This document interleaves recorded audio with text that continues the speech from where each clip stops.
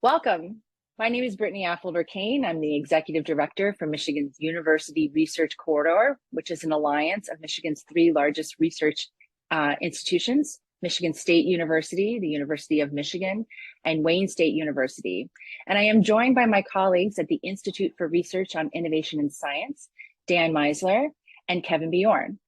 We are presenting this panel on how we can measure our collective impact as institutions on our states, particularly looking at workforce and social impacts.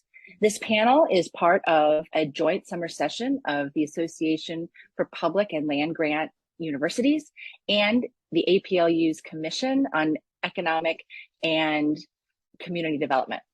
So with that, I think we'll go to the next slide.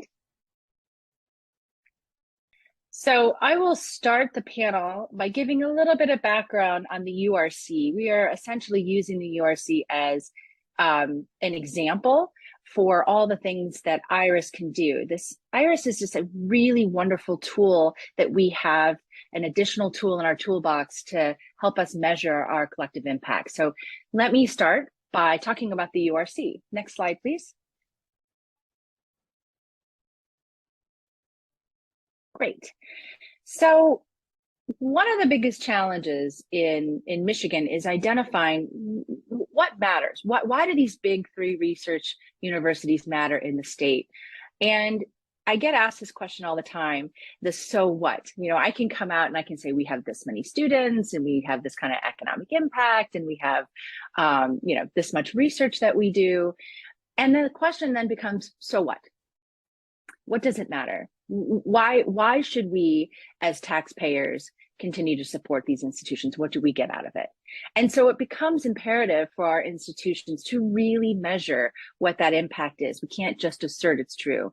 And we have to be able to effectively communicate that with legislators, with industry leaders, with voters, as well as the media.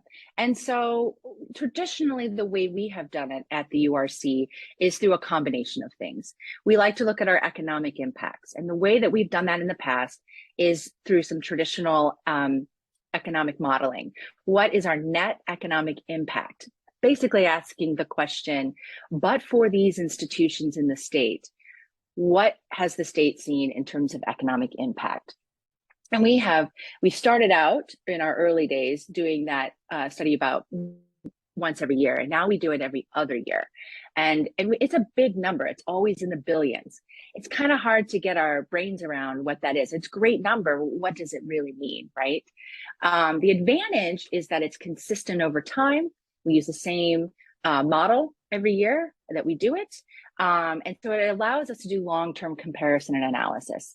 The limitation is because sometimes when you have that big number and because it's an estimate, there are many who just look at it and easily dismiss it as exaggeration, or because it lacks specificity, it's hard to understand what it means. We also do a series of benchmarking where we compare our competitiveness. We have 7 other university innovation clusters to which we benchmark, and these places include like Silicon Valley. There's a trio there that we use. Boston's Route 128. Probably more familiar with folks is Research Triangle in North Carolina. And so we can see how we're stacking up in terms of the talent we're developing, amount of research that we do, particularly in science and math, and how well we're doing in terms of moving technology from lab to market through tech transfer. And that's helpful too from year to year. We also do a series of topical research studies where we take a specific industry of particular importance to our state. For example, we had one that came out last September, almost a year ago, focused on mobility. Michigan is a big mobility state, as I think most people know, but how we continue to be a leader in mobility nationally and globally. We want to take a look at our 3 research universities and see what role we play and can continue to play in shaping the future of mobility. And so we measure our contributions in terms of research and talent, and we pick out some specific examples to illustrate what that data is telling us. And that's useful too, as topical. Where we also want to take a look at what I would say quality of life impacts. What are the benefits to Michigan residents and their communities and their businesses? And this is where we do more storytelling. We try to identify those stories that matter, that are impactful to very specific demographics, industries, and geographies. Michigan, like probably many states, it has different regions that feel connected in different ways. Because we do not have a physical presence north part of the state in many cases in terms of a main campus, I think sometimes the north part of the state feels disconnected from these institutions. How are we continuing to be connected to them? We have two peninsulas in the state, and the Upper Peninsula, which is has a much smaller population than the Lower Peninsula. Again, how do they feel connected to us? What impact are we having on them? So we look for those kinds of stories to be able to see the connection. And then there's analytical specificity, providing regional stakeholders, economic development organizations, and the like in these different places with concrete measurements for some of these specific examples. How many of our alumni are living in their communities? How many students from their communities attend our institutions? How many jobs have our institutions created in those communities? So that's some examples of how we have traditionally tried to determine the impact of our institutions, which is critically important for not just the URC, but all public research universities, I think right now, particularly in a time in our states and in the country where there is declining trust in higher ed. And this is a big topic for many years of how do we continue to promote the value proposition of higher ed? Why does it matter? So these are really important. Next slide, please.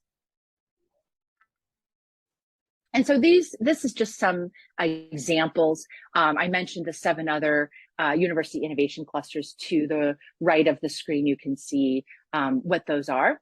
To the top left, that is just a quick snapshot of our most recent economic impact report, and it can show over time what we were able to measure, how we're growing our impact in the state. And then below there, when I talked about geography, specificity by geography, this is how we are breaking out that impact by the 10, there are 10 prosperity regions. We've divided the state up in 10 discrete regions. And so we take that and we can know where our impact is and how it's laid out. Next slide, please. This is an example from our mobility report I mentioned. And these are just some of the metrics that we were able to put together for, again, another snapshot as to how our universities are collectively contributing to the mobility industry. You can find this online, so if you're really interested, I'll make sure everyone can get the link to that. So next slide, please. So with that, I am delighted to get to work with Dan and Kevin and others at IRIS, because they offer a really great new tool that will help us to add greater granularity to the kind of stories and data that we are able to share with stakeholders in making that case for impact and honestly holding ourselves accountable. Maybe we're not having the kind of impact we think we are. This is a way to really get at that.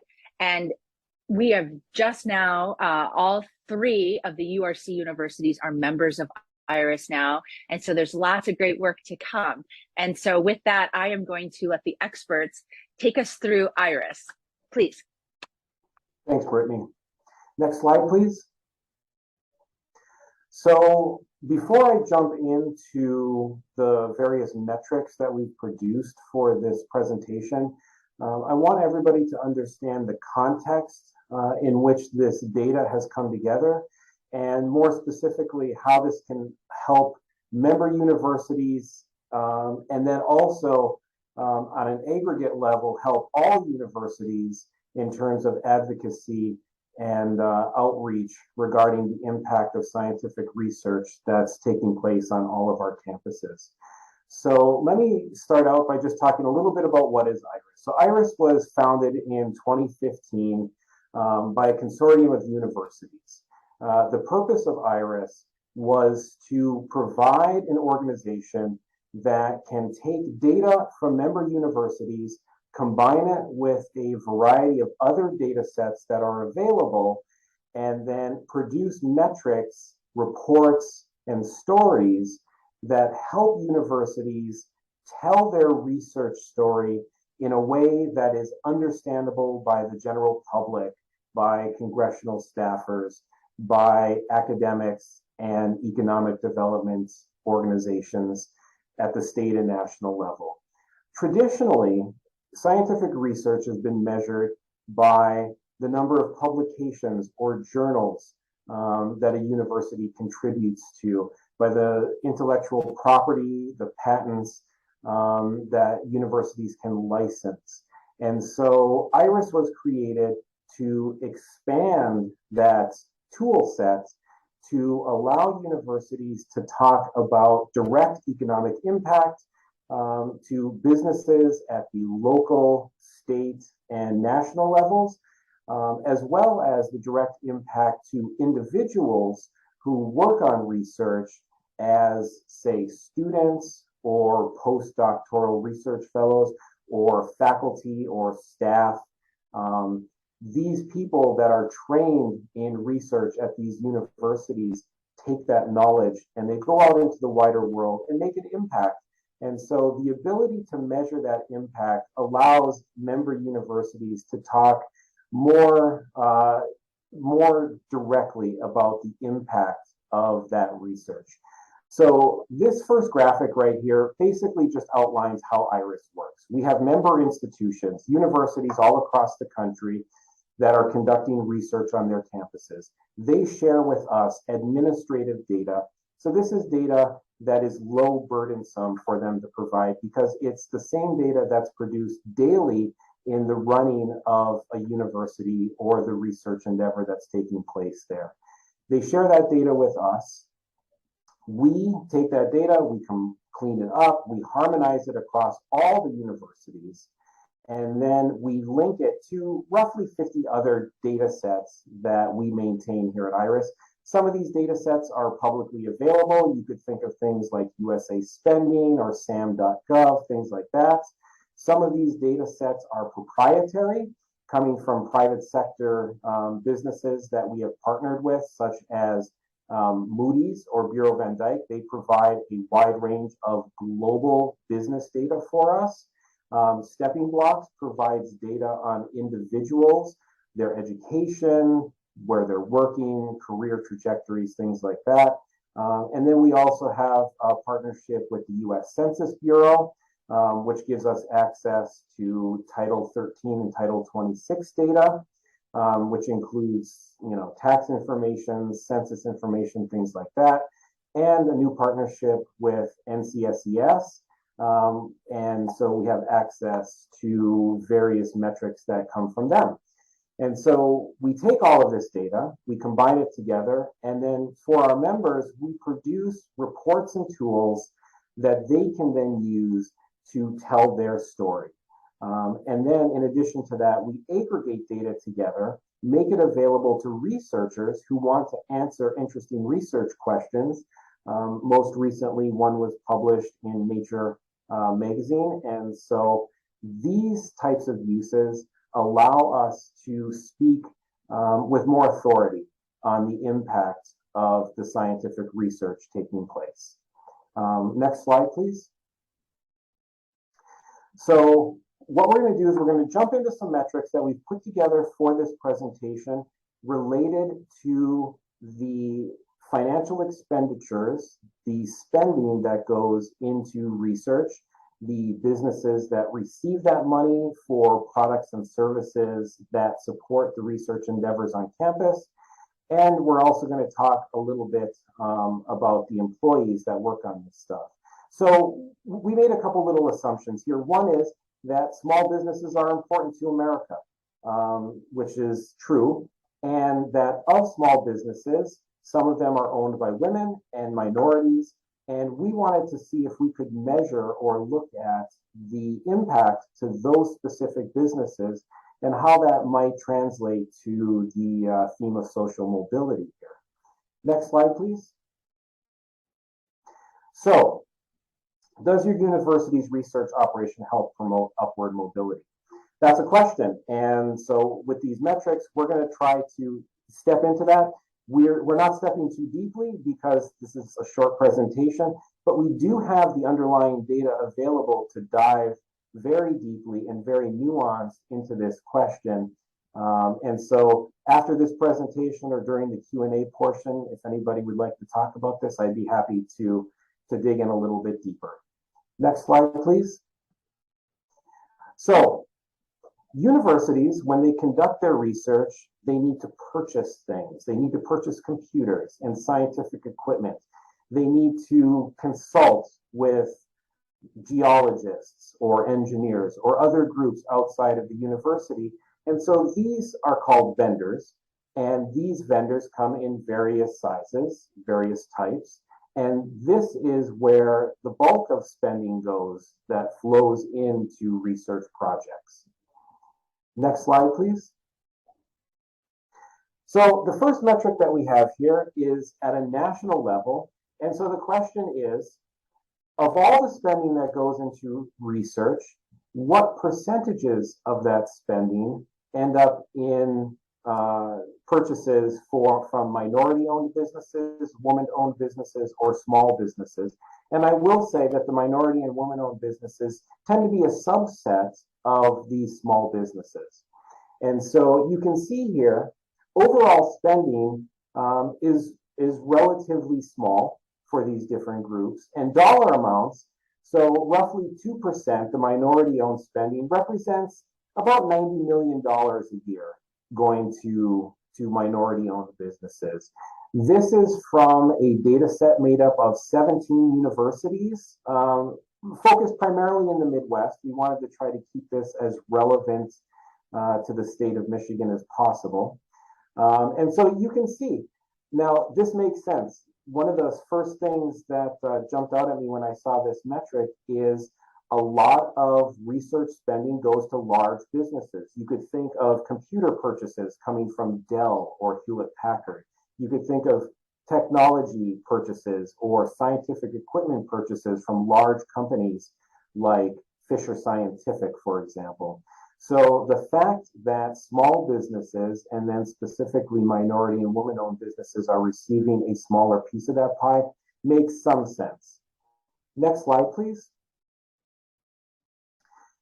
This slide here shows a breakdown of spending over time. So spending per year over time. And the first thing that jumps out at me here is the decline that takes place in 2020.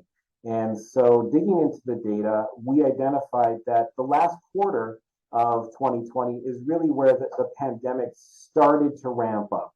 It was 2021 where things really took off, but you can start seeing the impact of pandemics and the reduction in overall spending taking place in 2020. One of the things that IRIS is able to do, based on the data that we receive, is we can act very quickly to answer questions, not quite in real time, but near real time. And so right around the beginning of 2021, we produced a report called the COVID Impact Report. And because of the way we're designed, we were able to gather immediate data from our member universities and show with great precision the direct impact of COVID spending or lack of spending to our members and to the economy at large.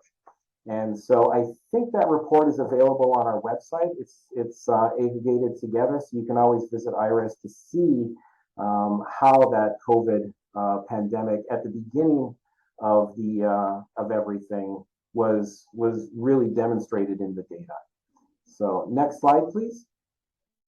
So because we're having this presentation in Michigan, we really wanted to focus on the impact to businesses in Michigan. So what we're seeing here is a subset of woman, minority, and small businesses in the state of Michigan. So this is taken out of the national set. And one of the first things that I noticed here was that at least in 2020, Michigan businesses were weathering the COVID impact a little bit better than the national numbers that we were showing in the previous slide. So small businesses stay relatively the same. Minority-owned businesses actually increased a bit, and the woman-owned businesses decreased a bit. So I think this speaks well to the state of Michigan for helping to keep these numbers up and to keep the businesses moving forward. We will have the numbers on 2021 very soon. I just didn't have time to incorporate that into this presentation. So next slide, please. Okay, so what we covered there really quickly was the impact to businesses. So this could be seen as the economic impact to, say, your local economy, where a university is located, or the state economy. And IRIS produces a variety of reports that lets you view all of this information in basically any way that you're interested. So the next set of slides that we're going to look at here focuses on the people who are actually participating in the research endeavor that's taking place. So these people are students, these people are faculty and staff. They come from a wide range of backgrounds. And so we wanted to look at the impact to individuals that are research trained, college educated, and what happens to them when they enter the real world, so to speak, outside of universities. So next slide, please. So this first measurement here shows us that in general, people who are college educated and research trained make quite a bit more than the national average. So the green bar is the national average earnings for specific ethnic groups. And so you can see immediately that in general, people make more money when they go to college and when they participate in research. And then another story here, and this is a confirmation, I think, of what many of us already know. Men tend to make more than women. And so there's certainly work to be done in that area. Next slide, please. So we wanted to look at a specific group here. So we chose African Americans, Black people here, to look at the impact of research-trained college education for them as compared to the national average. And so we broke it down by different, what we call employee classifications. So you work at a university in research, you come in as an undergrad student or a graduate student or a postgraduate researcher or a faculty member, staff. And so you can see when these people leave the university, how much money do they make? We can also tell you other things, specifically what companies they work for, where they relocate to, what states, what regions, what cities. So you can get very nuanced in the measurement of the impact to these individuals. So you can see here that in general, the more educated you are, the more you're going to earn when you leave the university. And one of the interesting things that I found in this was that in some cases, postdocs, faculty, women were actually making more than men. And again, this is at the national average. And so I have a hypothesis on this, and I'm not claiming that I'm correct about this, but I believe that because a majority of research funding comes from NIH, the National Institute of Health, and a lot of that research is in biosciences, and biosciences tends to attract more women than men. I think that might be why we're seeing this trend. I could be mistaken, but the important thing is IRIS does have the data to answer this question. I just haven't had the time to dive into it that deeply. Next slide, please. Now, this slide shows us a similar impact, but only for the state of Michigan. And this time we're looking at Hispanics that were research trained at one of the 17 universities that are part of our data set, and then found employment in the state of Michigan. So one of the things that jumped out at me immediately was that graduate students and postdocs were making, the same or a little bit less as undergrads. So digging into the data a bit, I think the reason for that is that when a graduate student comes to the state of Michigan, they tend to be furthering their education, and PhD and postdoc stipends are relatively small compared to entering industry. So I think, and again, we could examine the data that we have to bear that out a little more precisely, but I think that might be the reason why we see that discrepancy in the state of Michigan. Something else, you can see that men are earning more, particularly in the postdoc, faculty, staff categories there. And so I think part of that is a reflection that the state of Michigan is engineering heavy. So we tend to see more men in engineering fields, and because Michigan tends to have a large manufacturing, car manufacturing, and engineering base, we're going to see some bias in that representation. And so this, I think, is an interesting comparison to the national measurements that we had in the previous slide. Next slide, please. So with that, I want to hand off to Dan Meisler, our communications manager, and he's going to talk a little bit about some of the tools that are available that you can utilize to explore this data and answer a wide range of questions that your university might be interested in. All right, thank you, Kevin. I'll try to run through my slides pretty quickly. And thank you, Britt. We realize that as great as our data may be, our members may need some help in using them to communicate their stories, whether that has to do with the economic development impact or the workforce development impact. One of the tools we have is called the Impact Finder. And this slide shows a screenshot of that tool. What it basically allows you to do is search geographically for research vendors in an area of the state or country that you're interested in.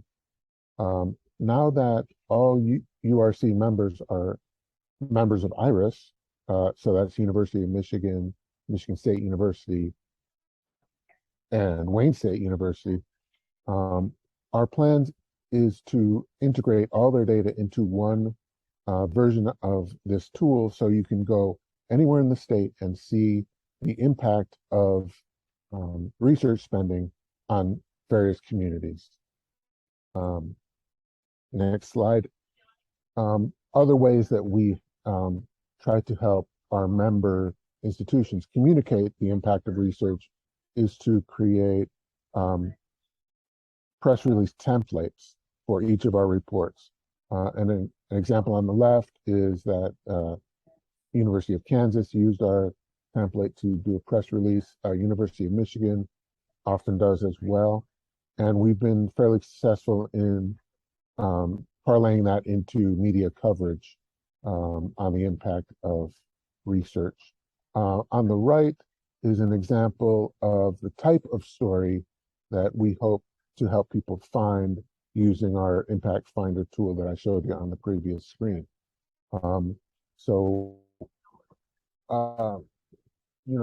Broadly speaking, one of our main goals is to use this data to help member institutions tell their research stories. Next slide. I think that might be it. I think I'll throw it to Britt to talk a little more about the utility of IRIS data. Thank you so much, Dan, Kevin.